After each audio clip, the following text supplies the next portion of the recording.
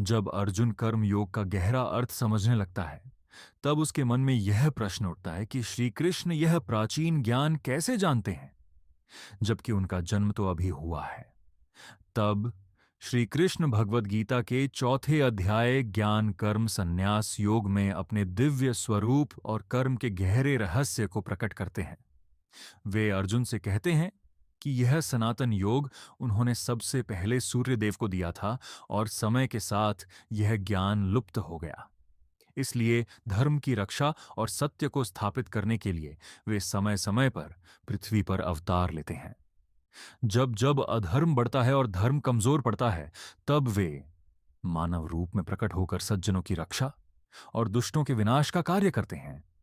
श्री कृष्ण अर्जुन को समझाते हैं कि उनका जन्म और कर्म साधारण मनुष्यों की तरह नहीं है, वे दिव्य हैं।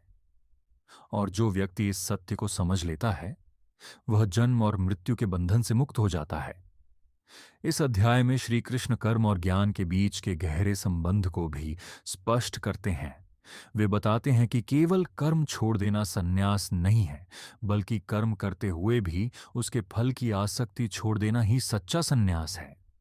जो व्यक्ति अपने कर्मों को ईश्वर को समर्पित कर देता है और बिना स्वार्थ के कार्य करता है, वह कर्म के बंधन से मुक्त हो जाता है। श्री कृष्ण यह भी कहते हैं कि ज्ञान सबसे पवित्र और शक्तिशाली चीज है, क्योंकि ज्ञान अज्ञान के अंधकार को समाप्त कर देता है। जैसे प्रज्वलित अग्नि लकड़ियों को भस्म कर देती है, वैसे ही सच्चा ज्ञान इंसान के सभी पापों और भ्रमों को समाप्त कर देता है। वे अर्जुन को प्रेरित करते हैं कि वह श्रद्धा, विनम्रता और सेवा भाव के साथ ज्ञान प्राप्त करे, क्योंकि जो व्यक्ति सच्चे गुरु और सत्य की शरण में जाता है, वही वास्तविक ज्ञान को समझ पाता है। इस अध्याय में यज्ञ का भी गहरा अर्थ बताया गया है। श्री कृष्ण समझाते हैं कि केवल अग्नि में आहुति देना ही यज्ञ नहीं है, बल्कि अपनी इच्छाओं, अहंकार और स्वार्थ का त्याग करना भी एक महान यज्ञ है। जब इंसान अपने कर्मों को निस्वार्थ भाव से करता है, तब उसका पूरा जीवन ही यज्ञ बन जाता है।